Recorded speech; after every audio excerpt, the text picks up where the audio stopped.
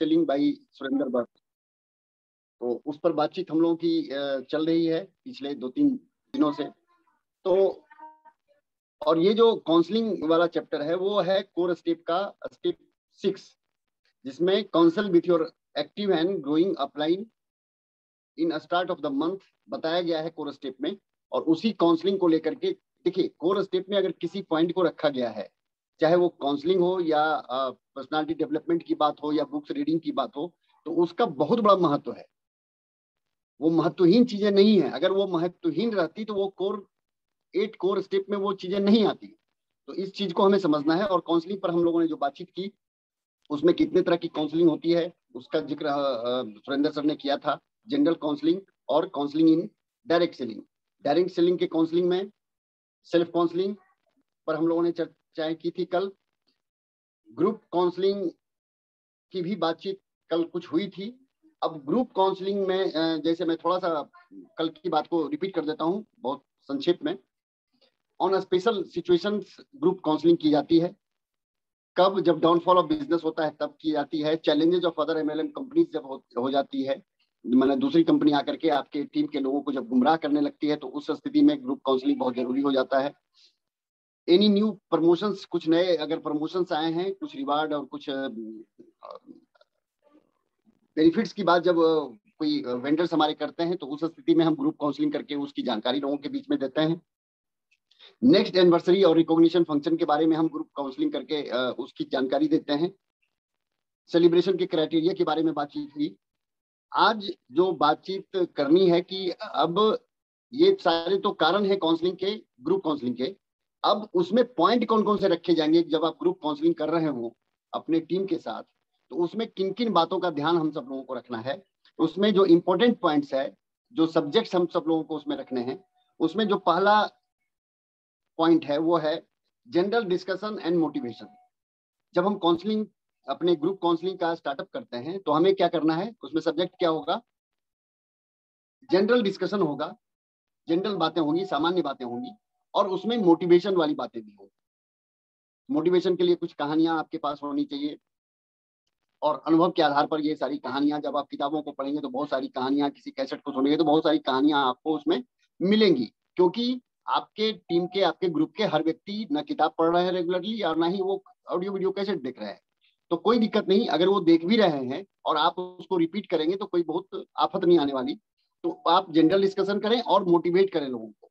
तो एक सब्जेक्ट तो आपको ये रखना है। दूसरा, after general discussion only pin achievers will be stay in hall. देखिए, सुरेंद्र सर का मैंने ये तरीका देखा है और ये बहुत ही शानदार तरीका उनका रहता है। जब वो काउंसलिंग कर रहे होते हैं या बड़ी बड़ी मीटिंगों में भी मैंने उनको देखा है।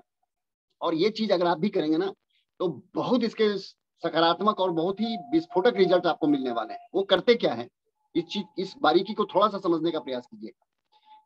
आप काउंसलिंग कर रहे हैं, अपने ग्रुप के साथ काउंसलिंग कर रहे हैं, आपने जनरल डिस्कशन किया, सारी बातचीत की, आपने लोगों को मोटिवेट किया। मोटिवेट करने के बाद आपको क्या करना है, जब मीटिंग आप समाप्त करें तो आपको जो न्यू कमर्स हैं उनको सबसे पहले फ्री कर देना है।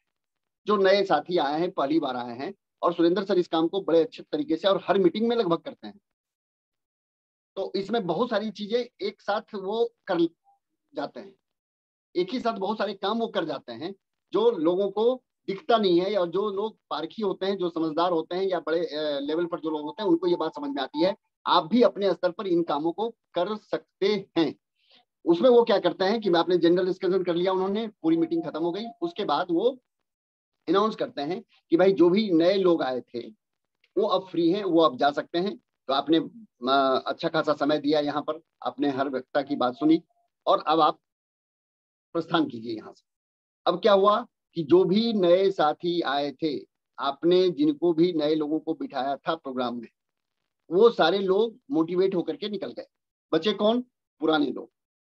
पुराने लोग में भी अब वो स्ट्रेंथ के ऊपर निर्भर करता है कि किस टाइप का स्ट्रेंथ है और किस लेवल के लीडर उस प्रोग्राम को ले रहे हैं। अब डायमंड लेवल के लीडर अगर उस प्रोग्राम को ले रहे हैं तो निश्चित रूप से उसमें सफायर भी होंगे, उसमें स्टार रूबी भी होंगे, उसमें रूबी भी होंगे, उसमें स्टार एमराल्ड भी होंगे, उसमें एमराल्ड भी होंगे, उसमें स्टार पर्ल होंगे, उसमें पर्ल होंगे।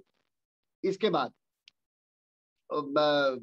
जो ये 4 स्टेप है रॉयल्टी का, star, platinum, platinum, star, gold, gold, और फिर लास्ट में स्टार, तो इतने लेवल तक के लोगों को वो रोक लेते हैं और बाकी सबको बोलते हैं कि आप लोग भी अब फ्री हैं, जाइए, only pin achiever will stay, सारे लोग अब जाइए। पहले उन्होंने किसको फ्री किया? न्यू कमर्स को। उसके बाद उन्होंने स्टार से नीचे के सारे लोगों को, क्योंकि वो प्रोग्राम डायमंड के लेवल का है तो हम उस चीज को नहीं कर सकते। मेरी भावना को समझने का प्रयास कीजिएगा।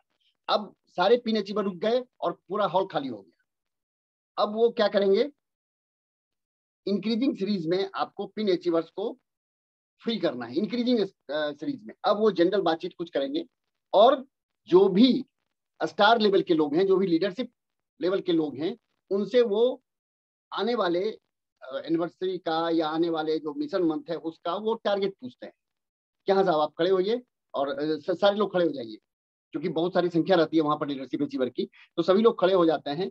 और चूंकि उनके अपलाइन वहां पर बैठे हुए हैं, समझिएगा इस बात को ध्यान से, क्योंकि उनके ऊपर के रॉयल्टी अचीवर, टेक्निकल अचीवर, हर व्यक्ति बैठा हुआ है, तो वो उनसे एक एक करके ये पूछते हैं टारगेट कि साहब आपके टारगेट क्या रहेंगे।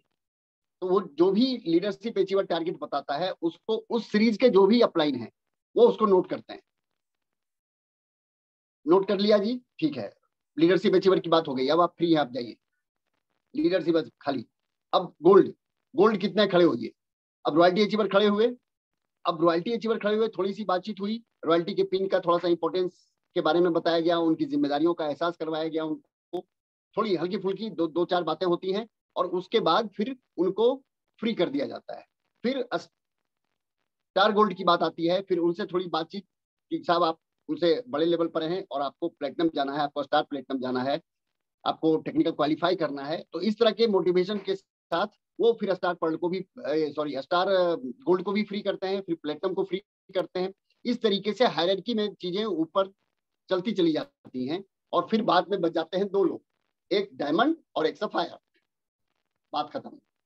कहने का तात्पर्य मेरा क्या है? अब देखिए इससे होगा क्या और इससे होता क्या है।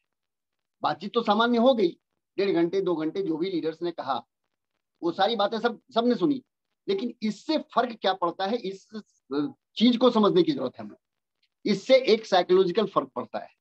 जब आप फ्री करते हैं लीडरशिप अचीवर को कि साहब आप स्टार हैं और आपके टारगेट ले लिए गए, अब आप फ्री हैं, जाइए। अब उनके अंदर एक क्यूरियोसिटी आती है कि यार हमको इन्होंने कर दिया, और अंदर में कौन सी बात चल रही हो, रॉयल्टी अचीवर्स के साथ ये कौन सी बात कर रहे हो। एक कौतूहल, एक उत्सुकता जगती है उस व्यक्ति के अंदर कि ना अगर हम भी रॉयल्टी अचीवर होते तो अभी तक तो बैठे रहते, अभी तक तो सुरेंद्र सर की बात हम सुनते, कुछ लगता है विशेष बता रहे हैं उनको। तो ये एक भाव आता है उस व्यक्ति के अंदर जो फ्री हो गया होता है ऊपर पहुंचने का, कि अगर हम ऊपर के लेवल पर रहते तो हम भी तो बैठे रहते। तो ये जो चीज है ना सर, ये बहुत कमाल की चीज है, बहुत ही शानदार तरीके का काउंसलिंग, इसी को काउंसलिंग बोलते हैं, ग्रुप काउंसलिंग। ग्रुप में सारे लोग आए। अब हम लोग मान लीजिए उस लेवल के नहीं है, हम डायमंड नहीं है, हमारे नीचे सफायर नहीं है, तो हम क्या करेंगे, हम वाइटल पिन अचीवर को बिठा सकते हैं। हाँ साहब, जो नए व्यक्ति हैं, जो जिसके पास कोई पिन नहीं है, वो फ्री है, आप जाइए। और बिगिनर रुक जाएंगे, स्टार्टर रुक जाएंगे, ओपनर रुक जाएंगे, ईगल रुक जाएंगे, रनर रुक जाएंगे, विनर रुक जाएंगे। अब उनके साथ आपको जो बातचीत करनी है, अगले टारगेट के बारे में बातचीत करनी है, जो भी बातचीत करनी है वो आप कर सकते हैं। तो ये काउंसलिंग एक बहुत ही महत्वपूर्ण पार्ट है और इस बारीकी को समझने का प्रयास कीजिए, इसको जितनी जल्दी हो समझिए। उनसे गोल पूछना है, ये मैंने बता ही दिया आपको। क्या करना है, सब्जेक्ट, ये मेन पॉइंट्स है। करना क्या है ये मैंने आपको तरीका बताया, और उसमें आपको उनके गोल पूछने हैं, उनके टारगेट्स पूछने हैं। इसके बाद take suggestion from senior pin achiever, जो भी सीनियर पिन अचीवर बचते हैं उनसे आप सजेशन भी ले सकते हैं।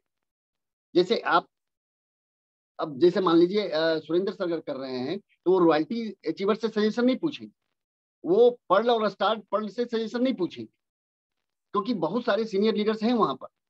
तो वो सजेशन कहाँ से लेना शुरू करेंगे, स्टार एमराल्ड से लेना शुरू कर सकते हैं, या एमराल्ड से, वो संख्या पर निर्भर करता है और उस समय के टाइमिंग को लेकर के जो सोच बनती है कि साहब आप कितना टाइम मेरे पास बचा है बातचीत करने का, 10 मिनट बचा है, तो हम सजेशन ले सकते हैं कि नहीं ले सकते हैं, संख्या क्या है, उसके अकॉर्डिंगली फिर काम होता है।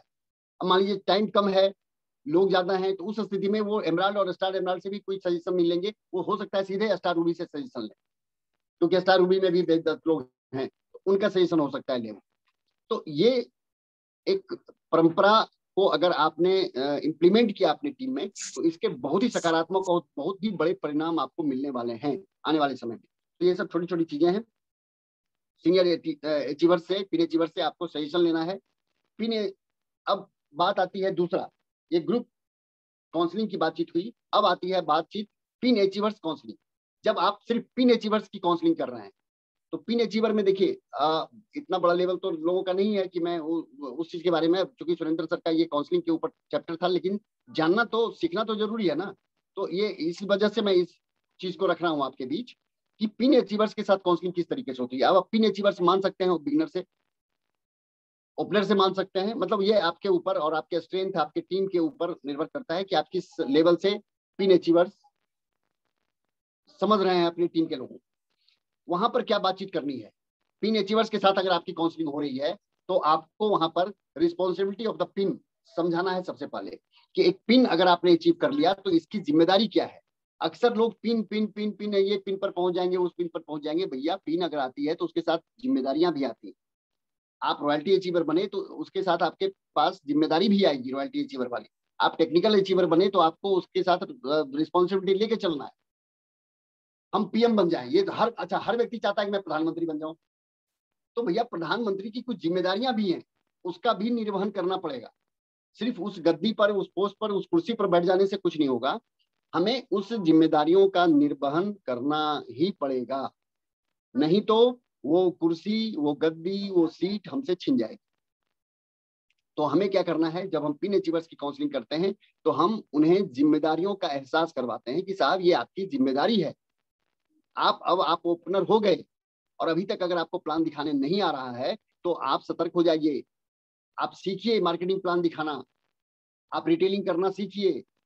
आपको स्टेज पर अगर फियर है, स्टेज फियर अगर आपको है, स्टेज से डर लगता है, तो आप ओपनर स्टेज से ही व्यक्ति को उस तरीके से ग्रूमिंग करना शुरू कीजिए, उस तरीके से तैयार करना शुरू कर दीजिए कि उस लेवल तक, रॉयल्टी तक पहुंचते पहुंचते, स्टार तक पहुंचते पहुंचते वो व्यक्ति एक लीडर के रूप में सामने आए। आज बहुत लीडरों की कमी है, किससे एंकरिंग करवाएं ये समझ में नहीं आता है, लोग समय ज्यादा लेते हैं स्टेज पर, मैंने तमाम तरह की दिक्कतें हैं। तो ये सब चीज आप कब सिखाएंगे, जब उस व्यक्ति को जिम्मेदारी का एहसास होगा कि नहीं ये जिम्मेदार व्यक्ति है, जो जिम्मेदारी उसको दी जाती है उसका वो अच्छे से निर्वहन करता है। तो ये सारी जो बातें हैं ना, रिस्पॉन्सिबिलिटी ऑफ द पिन, ये आपको, हमको, सब लोगों को, टीम के लोगों को समझाना पड़ेगा, जो भी पिन अचीवर्स है। तो पिन अचीवर्स की काउंसलिंग में जब जवाबदेही, जिम्मेदारी की बात होती है, talk on them works and good relationship, उनसे जो बातचीत करनी है, टीम वर्क के ऊपर बातचीत करनी है कि टीम वर्क क्यों महत्वपूर्ण है। क्योंकि देखिए अक्सर क्या होता है, नेटवर्क मार्केटिंग है, लोगों के रिलेशन अपस में बहुत खराब होते हैं, अपलाइन डाउनलाइन के साथ रिलेशन बहुत ज्यादा खराब होते हैं। क्यों खराब होते हैं, इसके पीछे भी एक बहुत बड़ा लॉजिक है। लॉजिक ये है कि डाउनलाइन के एक्सपेक्टेशंस अपलाइन से बहुत ज्यादा है। हर डाउनलाइन चाहता है कि अपलाइन अपनी ज्वाइनिंग ला करके उसके नीचे लगा दे, हर डाउनलाइन चाहता है कि उसका दोनों ग्रुप अपलाइन ही चला दे, हर डाउनलाइन चाहता है कि घर में पैसा पहुंचाने की जिम्मेदारी अपलाइन की है। तो ये सारा जो सोच है, ये कहीं ना कहीं रिलेशन को बेहतर की बजाय बदतर बना देता है। ये एक्सपेक्टेशन की बात है। देखिए अनर्गल चाहत जब हम रखेंगे अपने अपलाइन से, तो निश्चित रूप से हम कभी अपलाइन से रूठेंगे, कभी नाराज होंगे, कभी गुस्सा भी आएगा। तो ये जो चीज है ना, इस चीज को खत्म करना पड़ेगा। अगर आप टीम लीडर हैं तो आपकी, हमारी, हम सब लोगों की नैतिक जिम्मेदारी है कि हम एक अच्छे रिलेशनशिप के ऊपर काम करें, हम उसकी बातचीत करें। जब हम पिन अचीवर्स के साथ बातचीत कर रहे हो, काउंसलिंग कर रहे हो, तो देखिए निचले स्तर पर, जमीनी स्तर पर एक नया व्यक्ति आया है, उसको ये रिस्पॉन्सिबिलिटी, ये जिम्मेदारी समझ में नहीं आएगी, वो कुछ भी बोलेगा, वो प्रोडक्ट खराब बोल सकता है, वो सिस्टम को खराब बोल सकता है, वो महंगा बोल सकता है, कुछ भी बोल सकता है, लेकिन पिन अचीवर हो गया मतलब एक जिम्मेदार व्यक्ति हो गया इस सिस्टम का। तो उसके साथ जब आप काउंसलिंग करें तो इस बात का विशेष ध्यान रखें कि अच्छे रिलेशन के ऊपर बातचीत आपकी होनी चाहिए और टीम वर्क के ऊपर बातचीत होनी चाहिए। क्योंकि जैसा मैंने कल भी बताया था, एक उंगली में वो ताकत नहीं है, लेकिन वही पांचों उंगलियां एक साथ मिल जाती हैं तो बहुत ताकतवर हो जाती हैं, वही मुट्ठी जब बन जाती है। तो टीम वर्क में बहुत ताकत है, अकेला कुछ नहीं होता। और टीम का हमने एक एब्रीविएशन भी बताया था, TEAM का मतलब होता है टुगेदर एवरीबॉडी अचीव मोर। जब आप टीम वर्क के तरीके से काम करते हैं तो हर व्यक्ति बहुत ज्यादा कमाता है, हर व्यक्ति बहुत ज्यादा पाता है। चाहे वो सम्मान पाने की बात हो, पूरी टीम पाती है। क्रिकेट में जब सब लोग अच्छा अच्छा काम करते हैं तो पूरे टीम का डंका बजता है, किसी एक व्यक्ति का नहीं बजता। कोई एक व्यक्ति हीरो नहीं बनता। हाँ, सिंगल इवेंट जहां होता है वहां पर सिंगल व्यक्ति को वो सम्मान मिलेगा, लेकिन जहां टीम वर्क वाली बात हो जाती है, चाहे वो फुटबॉल हो, चाहे वो क्रिकेट हो, इंडिया टीम बोलते हैं ना साहब, वेस्ट इंडीज की टीम, ऑस्ट्रेलिया की टीम, तो उसी तरीके से टीम वर्क में पूरी टीम जीतती है, सिर्फ वो नहीं जीतते। तो इस बात का विशेष ख्याल रखना है। ग्रुप रिलेशन के ऊपर बातचीत करनी है। In the increasing order pin achiever must be free. यहाँ पर भी आपको उस बात का ध्यान रखना है कि इंक्रीजिंग ऑर्डर में हर व्यक्ति को वहां फ्री करते जाना है कि साहब आपकी बातचीत हो गई, अब आप जा सकते हैं। बाकी के बचे हुए सीनियर लेवल के पिन अचीवर से आप बातचीत करें। तो पिन अचीवर्स में इन चीजों का ख्याल रखा जाता है। रिस्पॉन्सिबिलिटी, अच्छे रिलेशनशिप के ऊपर बातचीत, और इंक्रीजिंग ऑर्डर में फिर आप उनका टारगेट वगैरह जो भी है वो आप पूछ सकते हैं, उनको फ्री कर सकते हैं। अब जो सबसे बड़ा चैप्टर है वो है डेप्थ काउंसलिंग। डेप्थ काउंसलिंग इतना महत्वपूर्ण है, इतना महत्वपूर्ण है। अगर आप चाहते हैं कि आपका बिजनेस रॉकेट की तरह इस ग्रेविटेशनल फोर्स से दूसरे ग्रेविटेशनल फोर्स में चला जाए, मतलब एक लेवल से दूसरे लेवल पर आप पहुंचना चाहते हैं, रॉयल्टी से टेक्निकल पर पहुंचना चाहते हैं, तो डेप्थ काउंसलिंग इज मस्ट। और ये बहुत ही शानदार चीज है। इसके ऊपर कहीं ना कहीं हम लोगों का बहुत ज्यादा ध्यान नहीं गया है या नहीं जाता है, जिसकी वजह से बूम जो होता है ना, एक बूम बूम की तरह से जो बिजनेस होना चाहिए वो नहीं हो पा रहा है हमारा। तो इसमें डेप्थ काउंसलिंग सबसे बड़ी चीज है। अब डेप्थ काउंसलिंग जूम पर सुजीत सर ने इस काम को किया। सुरेंद्र सर इस काम को हर महीने करते हैं 1 से 5 तारीख तक। वो एकदम फ्री नहीं होते हैं, सुबह में 7-8 बजे जब बैठ जाते हैं लैपटॉप या जूम के सामने, तो पूरी मतलब 9-10 बजे रात तक उनका चलता है, और 1 से 5 तारीख तक चलता है। अलग अलग ग्रुप के साथ चलता है, अलग अलग टीम के साथ उनकी वर्किंग होती है डेप्थ काउंसलिंग के ऊपर। अब डेप्थ काउंसलिंग क्या है, ये जूम के ऊपर करना है। सबसे पहली बात तो आप ये समझिए कि इसको आप फिजिकली नहीं कर पाएंगे। क्यों नहीं कर पाएंगे? बड़े लेवल पर, देखिए छोटे लेवल पर तो आप कर पाएंगे, बड़े लेवल पर आप इस चीज को नहीं कर पाएंगे। इसलिए कि आपकी टीम एक जगह तो होती नहीं है कि आपने सारे लोगों को बुला लिया, उसमें फिर दूसरे मतलब आपकी डाउनलाइन सारी होगी, लेकिन उसमें नीचे के बी ग्रुप के लोग भी शामिल हो जाएंगे। इसलिए इसको जूम पर करना ज्यादा आसान है, ज्यादा इफेक्टिव है, और ज्यादा रिजल्ट ओरिएंटेड है।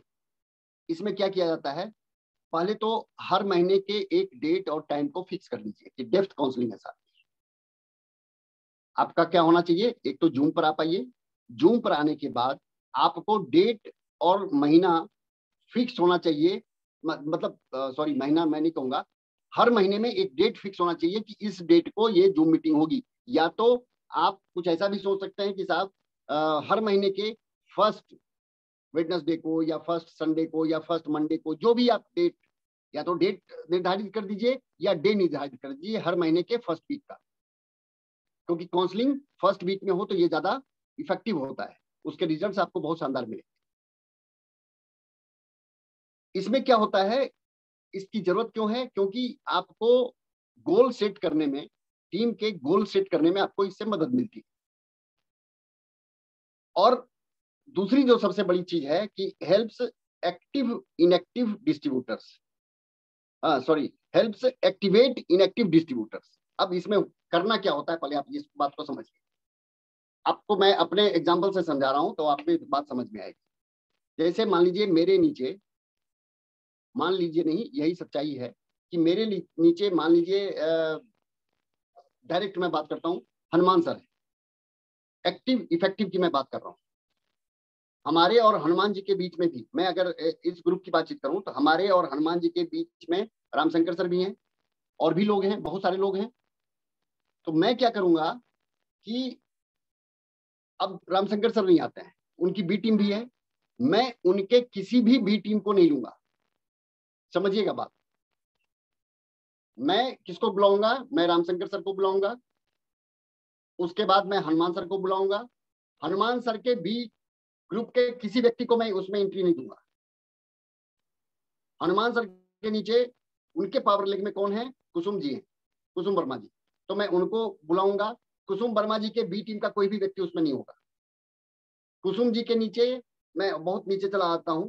अब मान लीजिए वो है पिंकू जी हैं बख्तियारपुर से, जो एक्टिव है, मैं उनका नाम ले रहा हूँ, जो इस जूम पर आते हैं। हालांकि रामशंकर सर नहीं आते हैं, लेकिन आप सब लोग में से बहुत सारे लोग उनको जानते हैं, इसलिए मैंने उनका नाम लिया। तो पिंकू जी हैं, तो पिंकू जी रहेंगे। पिंकू जी के बी टीम का कोई व्यक्ति नहीं रहेगा। पिंकू जी के नीचे प्रियांशु जी हैं, तो प्रियांशु जी रहेंगे। प्रियांशु जी के बी टीम का कोई व्यक्ति नहीं रहेगा। ध्यान से समझिएगा, ये पूरी एक लाइन जो सीधी होती है आपके जो भी जिस भी ग्रुप में आप, ये बी ग्रुप की अपने बात कर रहा हूँ। एक ग्रुप में धर्मेंद्र जी हैं और भी बहुत सारे लोग हैं, मैं उस ग्रुप की बात नहीं कर रहा। मैं अपने इस ग्रुप के सारे मेन एक लाइन के जो लोग हैं, मैं सिर्फ उनको हायरार्की से बिठाऊंगा। किसी का भी बी ग्रुप का व्यक्ति इसमें शामिल नहीं होगा, ये सबसे पहली शर्त है। अब इससे होगा क्या? सबसे नीचे सबसे डेप्थ में जैसे गौरव जी हैं, गौरव जी के नीचे गोविंदा जी हैं, मतलब उनके गौरव जी के पावर लेग में जो भी लोग हैं सबसे नीचे डेप्थ में, उस पावर में किसी का भी ग्रुप नहीं। मैं बार बार इस बात को दोहरा रहा हूं। अब मैं क्या करूंगा, मेरी जो शुरुआत होगी बातचीत की, अब सारे लोग जूम पर आ गए। जूम पर आने के बाद मैं बातचीत जो शुरू करूंगा वो कहां से करूंगा? सबसे नीचे गौरव जी का जो गौरव जी के पावर लेग का जो डेप्थ है, मैं उस व्यक्ति से बातचीत शुरू करूंगा। अब उस व्यक्ति के सारे लोग एलओएस हैं। अब सब जब सारे लोग एलओएस हैं, तो अगर अपना टारगेट गौरव जी का जो डेप्थ है वो गोविंदा जी को मान के चलिए, गोविंदा जी मान लीजिए डेप्थ है, तो मैं गोविंदा जी से पूछूंगा कि गोविंदा सर, आपका इस महीने का टारगेट क्या है? क्योंकि स्टार्ट ऑफ द मंथ में ही आप इस काउंसलिंग को कर रहे हैं, डेप्थ काउंसलिंग कर रहे हैं। तो मैं उनसे सीधे सीधे पूछूंगा, और सर क्या हालचाल है? थोड़ी सी इधर उधर की बातचीत, 1-2 मिनट। और सर कैसा चला पिछला लास्ट मंथ का क्लोजिंग कैसा रहा? बहुत शानदार रहा सर। क्या क्लोज हुआ बिजनेस?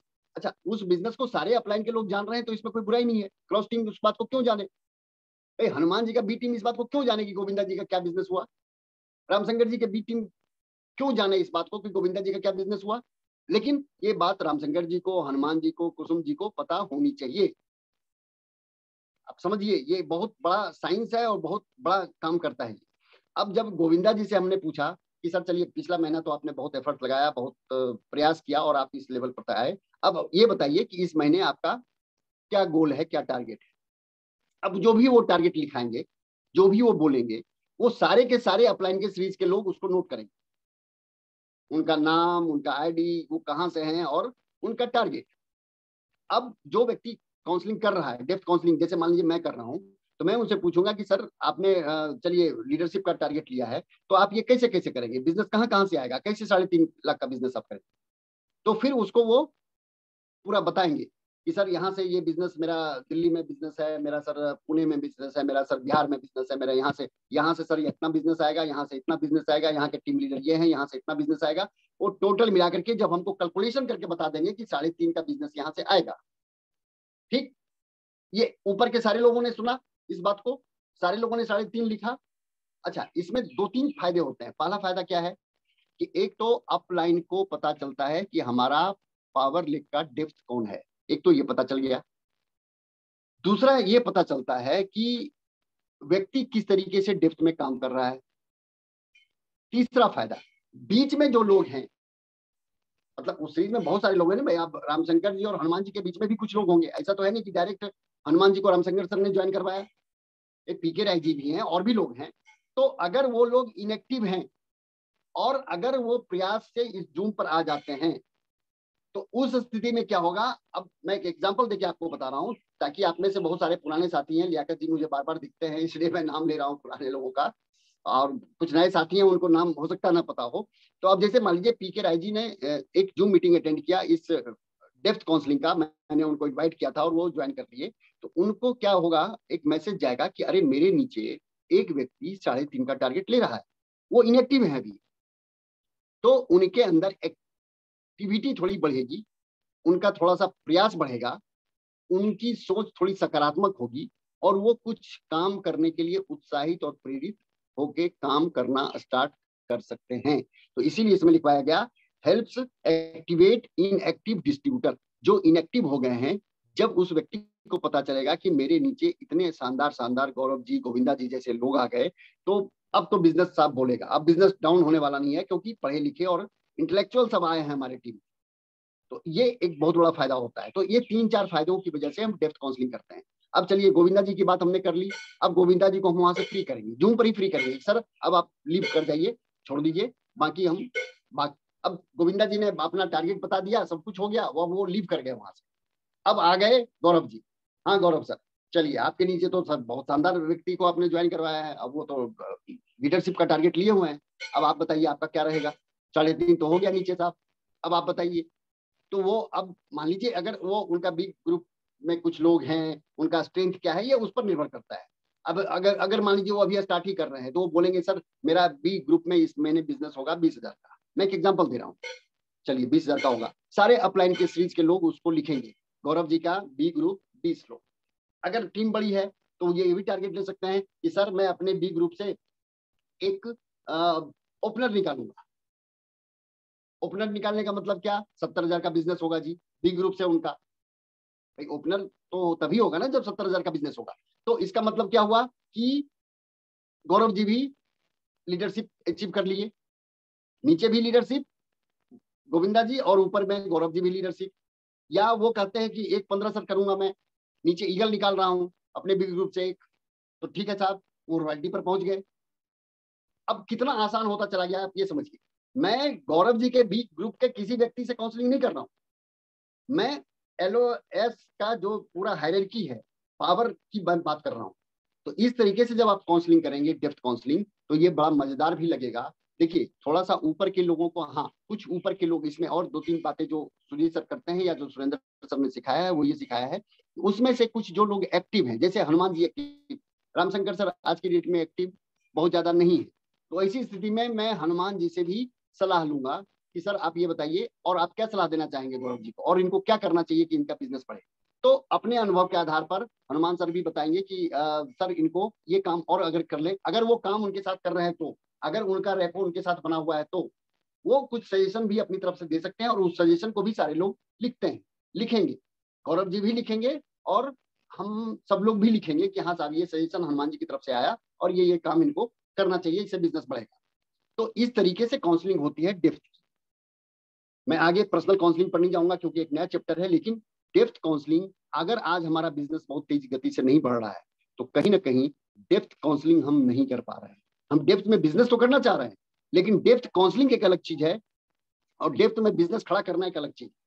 तो इस परंपरा को कोई भी जिम्मेदार साथी अगर उठाना शुरू कर देंगे तो निश्चित रूप से बहुत बड़ा भूचाल आ जाएगा आपके बिजनेस में। कहीं ना कहीं ये चूक हो रही है, लोग ऊपर वाले लोग नीचे वाले को नहीं जान रहे हैं, नीचे वाले ऊपर वाले को नहीं जान रहे हैं, उनको पता ही नहीं है कि हमारे एलओएस में है कौन कौन।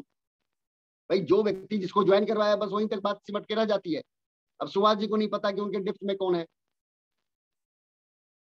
प्रियांशु जी एक्टिव हैं, समर्पित हैं, तो उनको तो सारे लोगों का पता है उनके डेप्थ का, उनके पावर का भी पता है। और जो लोग सिंगल वर्किंग करते हैं, सिंगल लेग वर्किंग करते हैं सॉरी, उनको क्या पता चलेगा कि किस व्यक्ति के अंदर कौन सा पोटेंशियल है, क्या क्षमता है।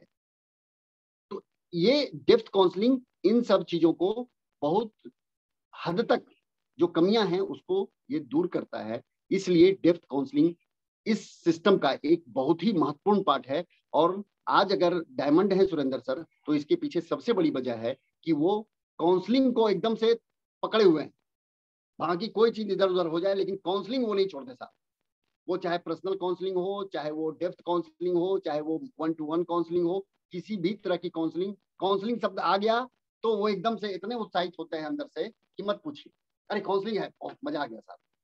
जैसे हम लोग होता है ना कि व्यक्ति ज्वाइन करता है तो बहुत मजा आता है, और सर का समय अगर काउंसलिंग के लिए दीजिए तो बहुत मजा आता है सर को। और निश्चित रूप से अगर आज वो डायमंड है तो इसमें काउंसलिंग एक बहुत बड़ी भूमिका निभाता है। ये एक छोटी सी बातचीत थी जो आदरणीय सुरेंद्र सर के द्वारा बताई गई टॉपिक जे में काउंसलिंग के ऊपर, ये मैंने आप सब लोगों के बीच रखा। तो ये बहुत मजेदार चीज है, इसको आप और हम सब लोग प्रयास करके देखिए। मैं ये नहीं कहता कि पावर लेगी, आप अपने बी ग्रुप के लोगों के साथ भी वही कर सकते हैं।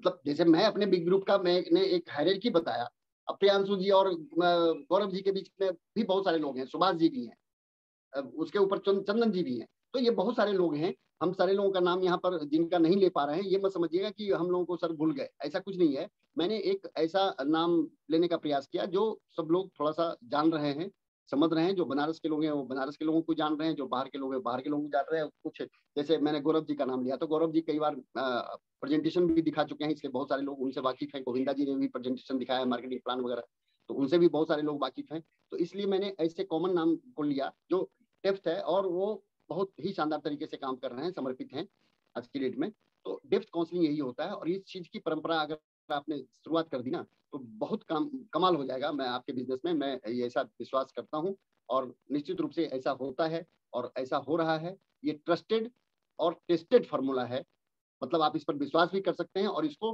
टेस्ट किया जा चुका है कई बार, अलग अलग लोगों ने टेस्ट किया है अपने अपने तरीके से।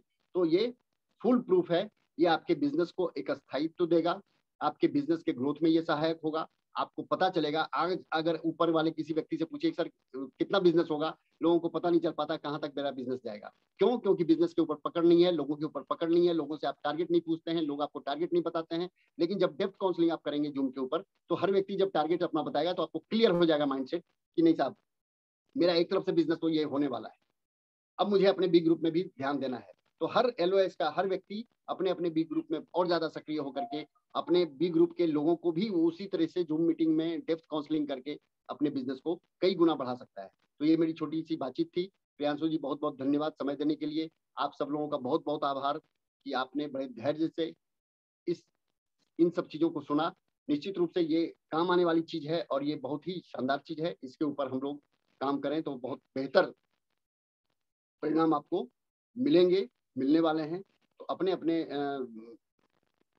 उसके टीम के ऊपर, डेप्थ अपने अपने ग्रुप के ऊपर, जो भी आपका ए ग्रुप हो बी ग्रुप हो, इसके ऊपर आप इस चीज को थोड़ा सा प्रयास करके करने का प्रयास कीजिए। जूम के ऊपर ही होता है, इससे बहुत सारे लोग जूम फ्रेंडली हो जाएंगे, टेक्नोलॉजी फ्रेंडली हो जाएंगे, टेक्नोलॉजी का इस्तेमाल करना आ जाएगा, लोगों के अंदर एक जागरूकता का भाव आएगा कि हमारे नीचे किस किस तरह के लोग हैं, ये समझ आ जाएगी, और हम खुद भी प्रेरित होंगे उन सब चीजों को करके, हम खुद भी मोटिवेट होंगे।